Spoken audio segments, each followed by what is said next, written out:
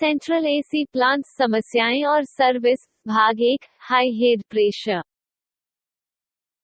लेखक के बारे में। लेखक अरविंद धवन एयर कंडीशनिंग में विशेषज्ञता के साथ एक मैकेनिकल इंजीनियर हैं। उन्हें एयर कंडीशनिंग और यूटिलिटी डोमेन में 45 से अधिक वर्षों का अनुभव है। वर्तमान में वह एएसएससीआई के साथ एक एसएमई और प्रमाणित लीड ट्रेनर स्तर 6 हैं और आईएसएचआरएई के साथ विजिटिंग फैकल्टी हैं। उन्होंने निम्नलिखित में योगदान दिया है। 1. आईएसएचआरएई द्वारा तकनीशियनों के लिए handbook. 2. Multi skill technician handbook by care Voltas. 3. ESSCI FTAC trainers PPT. 4. FTAC एपर ईएसएससीआई के लिए। 5. आईएसएचआरएई के लिए कई पाठ्यक्रम का पुनरुद्धार और नवीनीकरण। अब वह न्यूनतम मानव इंटरफेस के साथ ज्ञान का संचार करने के उद्देश्य से एयर कंडीशनिंग और घरेलू उपकरणों पर एनिमेटेड सामग्री विकसित कर रहा है। डिस्क्लेमर। यह कोर्स विभिन्न इंटरनेट वेबसाइटों से निकाले गए प्रासंगिक प्राथमिक और माध्यमिक डेटा का संकलन है। यह कोर्स सरल हिंदी भाषा में राष्ट्रीय पेशेवर मानकों और लेखक के व्यक्तिगत अनुभव के अनुसार सभी तकनीशियनों की सुविधा के लिए रंगीन छवियों और एनिमेशन के साथ प्रस्तुत किया गया है। इस कोर्स का मूल उद्देश्य तकनीशियनों को मशीनों के मूल सिद्धांतों, उनकी स्थापना, मरम्मत और सुरक्षा के बारे में शिक्षित करना है।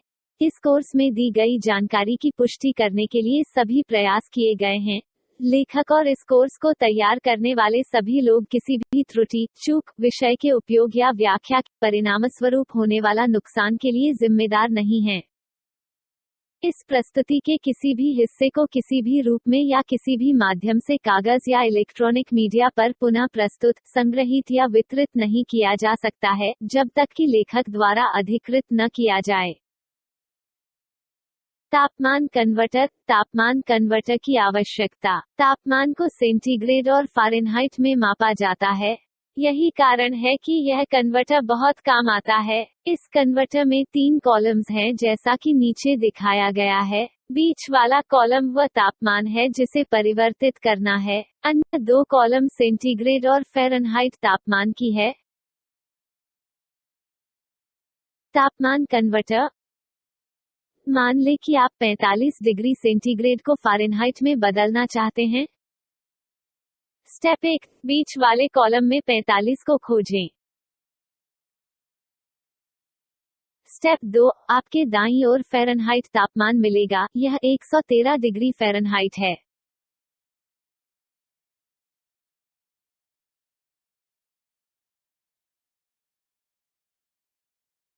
अगर आप 45 डिग्री फ़ारेनहाइट को सेंटीग्रेड में बदलना चाहते हैं। स्टेप 1, बीच वाले कॉलम में 45 को खोजें। स्टेप 2, आपके बाईं तरफ सेंटीग्रेड तापमान मिलेगा, यह 7.22 डिग्री सेंटीग्रेड है।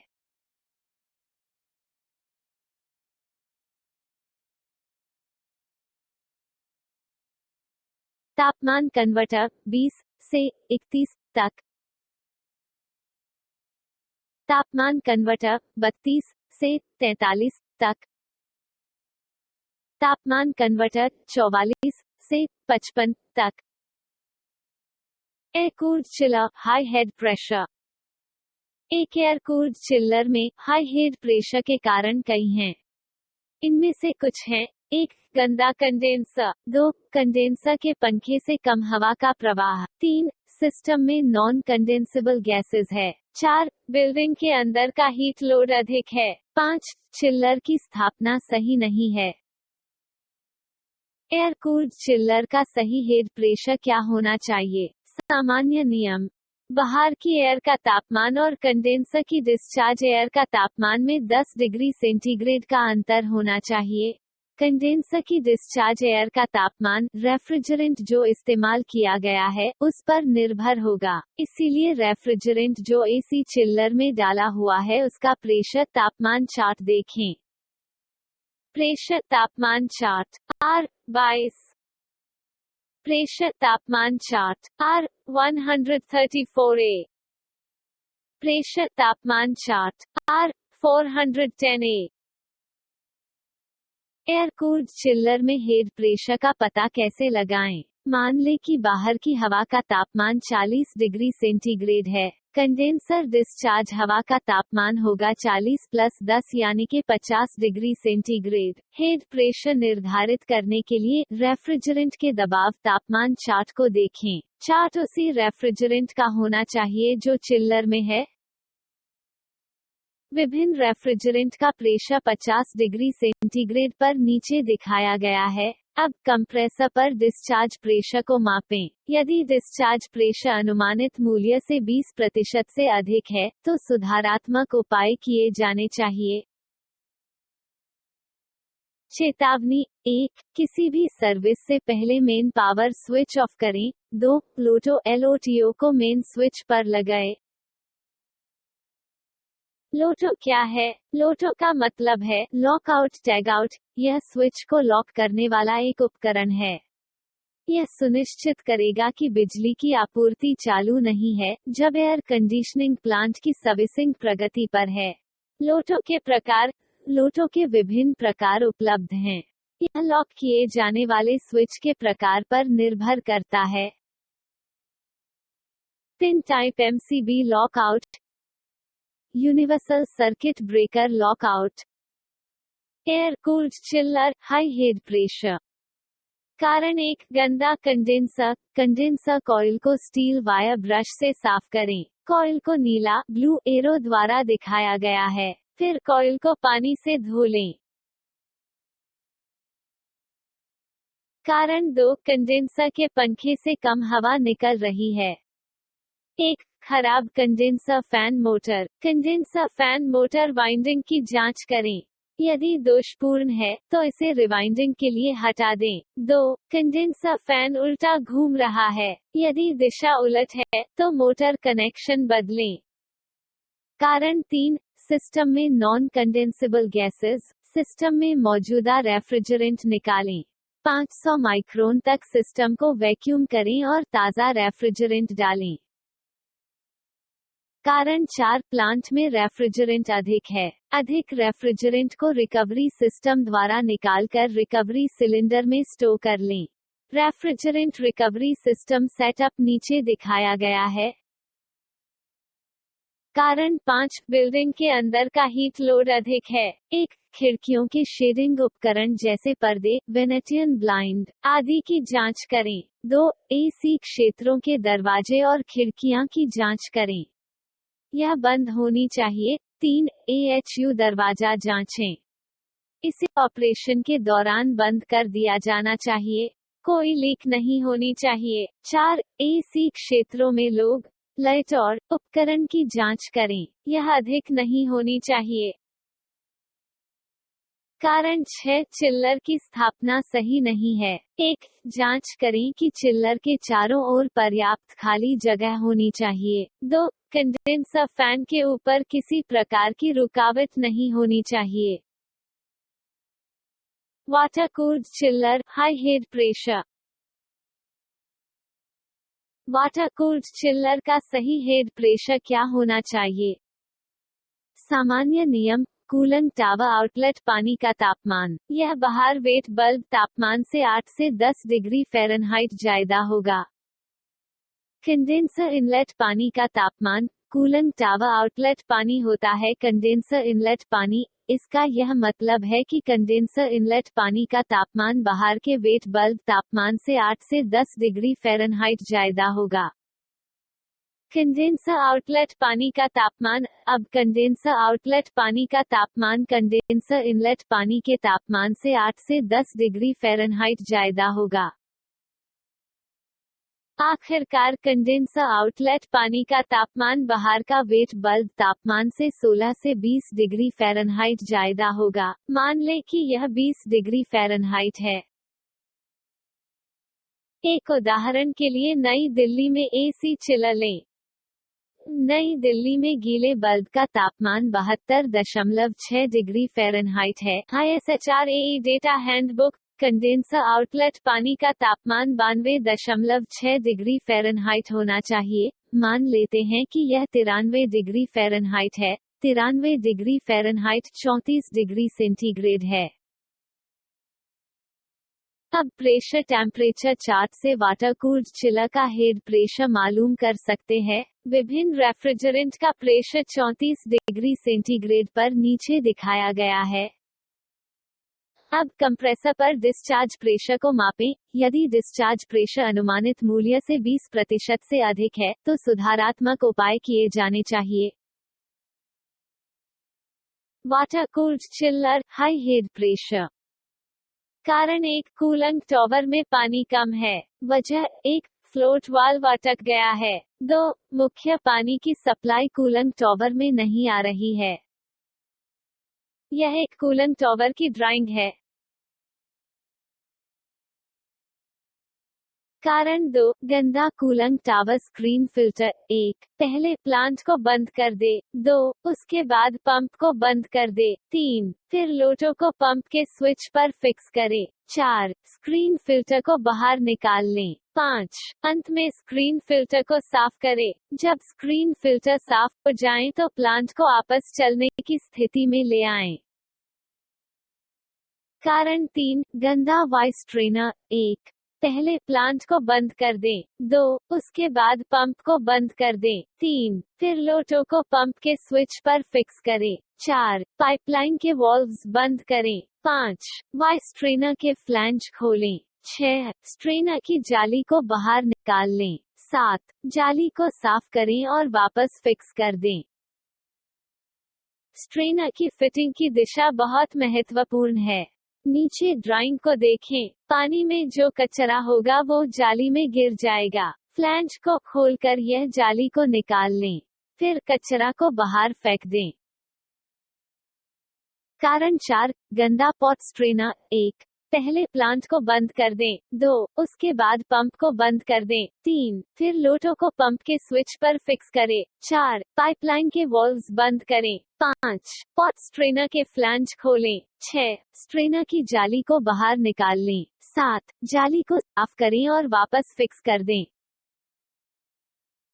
स्ट्रेनर की फिटिंग की दिशा बहुत महत्वपूर्ण है।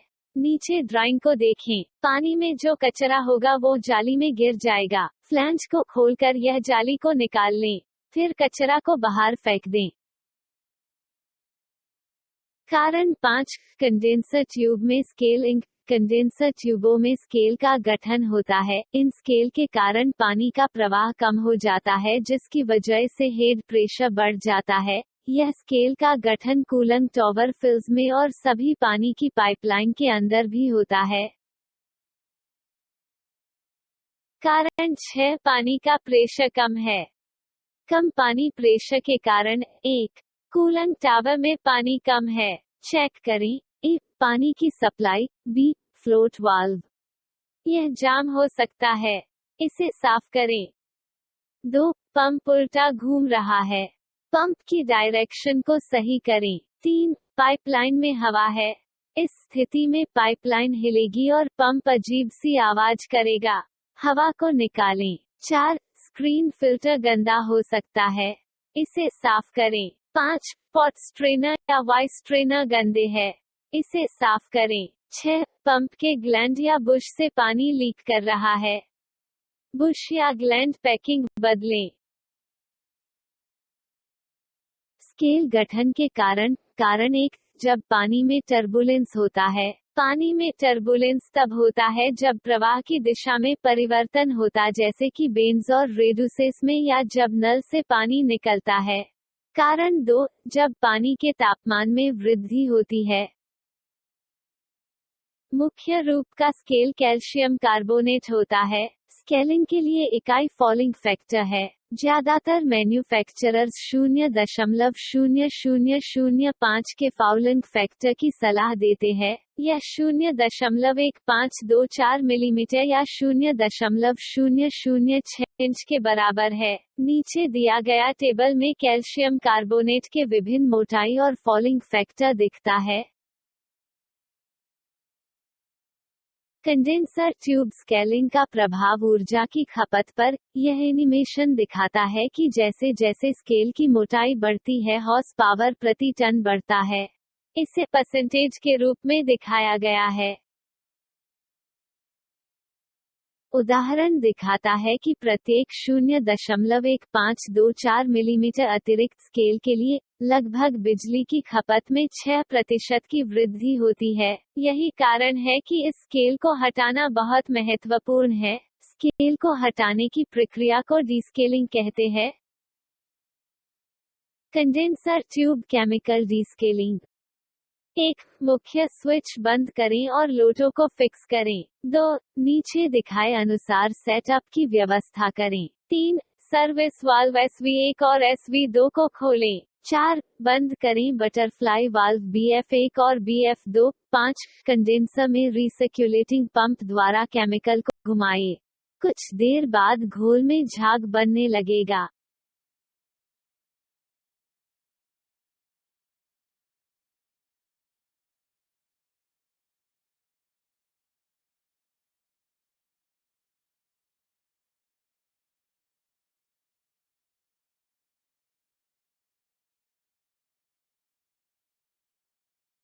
जब झाग आना बंद हो जाए तो रिसर्कुलेटिंग पंप बंद कर दें। 7. सर्विस वाल्व SV1 और SV2 से रिसर्कुलेटिंग पंप ट्यूब्स को डिस्कनेक्ट करें। 8. केमिकल को बाहर निकाल दें। 9. कंडेंसर के एंड कवर खोलें। 10. नीचे दिखाए गए अनुसार दोनों सिरों से कंडेंसर ट्यूबों को नायलॉन ब्रश से साफ करें।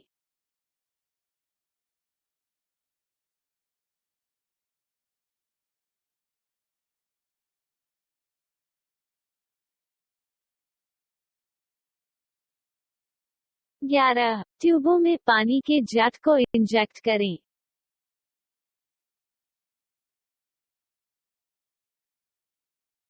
12, फिर से ब्रश से ट्यूबों को साफ करें।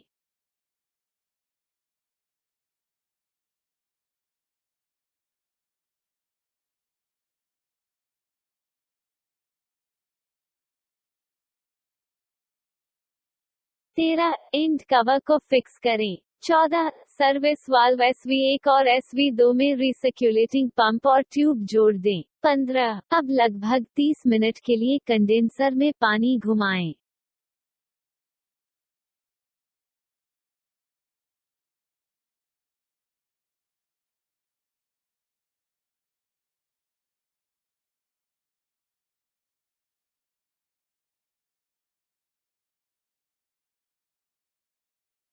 सोलह, सर्विस वाल्व SV1 और SV2 से रिसर्कुलेटिंग पंप ट्यूब्स को डिस्कनेक्ट करें।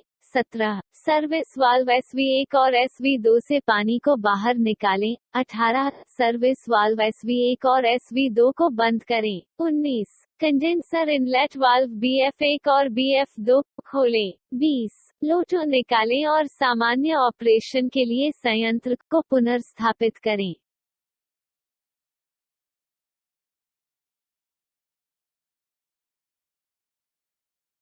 Condenser tube electronic descaling. यह नया प्रकार की डेसिकलिंग का तरीका है। यह एक इलेक्ट्रॉनिक उपकरण है जो पानी की पाइपलाइन पर लगाया जाता है, जैसा कि नीचे दी गई ड्राइंग में दिखाया गया है। यह सिस्टम में पानी को लगातार ट्रीट करता है। यह एक बार की स्थापना है और इसमें एयर कंडीशनिंग प्लांट को बंद करने की आवश्यकता नहीं होती है।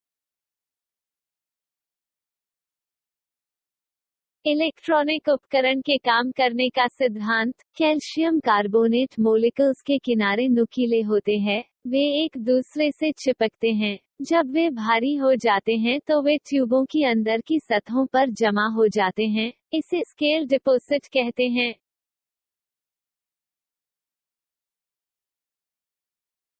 धीरे धीरे ये स्केल डिपॉजिट एक परत बन जाता है। फिर यह परत मोटा हो जाता है और ट्यूब के आंतरिक बोर को कम कर देता है। इलेक्ट्रॉनिक डीस्केलिंग डिवाइस वास्तव में इन स्केल मोलिक्यूल्स के आकार को बदल देता है। वे चिकने हो जाते हैं और एक दूसरे से चिपकते नहीं हैं। नतीजा यह है कि स्केल डिपॉजिट नहीं होता है। यह हाई फ्रीक्वेंसी तरंगों द्वारा किया जाता है। Coolant tower chemical descaling. Servicing की प्रक्रिया। 1. फैन ब्लेड गार्ड को निकाल दें। 2. फिल्स को बाहर निकालें। 3. खुले में फिल्स को रख दे सूखने के लिए। 4 झाड़ के स्कैल्स को निकाल दें। 5 जरूरत के अनुसार फिल्स को केमिकल से धो दें। 6 फिल्स को वापस लगा दें। 7 सपोर्टिंग फ्रेम को वापस लगा दें। 8 फैन ब्लेड गार्ड को वापस लगा दें। कूलेंट टावर परफॉर्मेंस टेस्ट की प्रक्रिया। बाहर का वेट बल्ब तापमान मापें। T1 कूलेंट टावर सम्प के पानी का तापमान मापें। T2 T1 और T2 में 8 से 10 डिग्री फ़ारेनहाइट का अंतर होना चाहिए। 3 फेज इंडक्शन मोटर या पंप की रोटेशन दिशा को उल्टना। 3 फेज इंडक्शन मोटर की रोटेशन फेज सीक्वेंस पर निर्भर है और किस क्रम में ये फेज स्टेटर से जुड़े हैं। मोटर की रोटेशन को उलटने के लिए किसी एक एंड और सेंटर टर्मिनलों आने वाली केबल के कनेक्शन को इंटरचेंज करें। आने वाली केबल का प्रारंभिक कनेक्शन। कनेक्शन इंटरचेंज किया गया। विकल्प 1 कनेक्शन इंटरचेंज किया गया। विकल्प 2 air purging. Air purging purge valve द्वारा किया जाता है। इस ड्राइंग को देखें। सेंट्रल एसी प्लांट समस्याएं और सर्विस भाग 1 का अंत।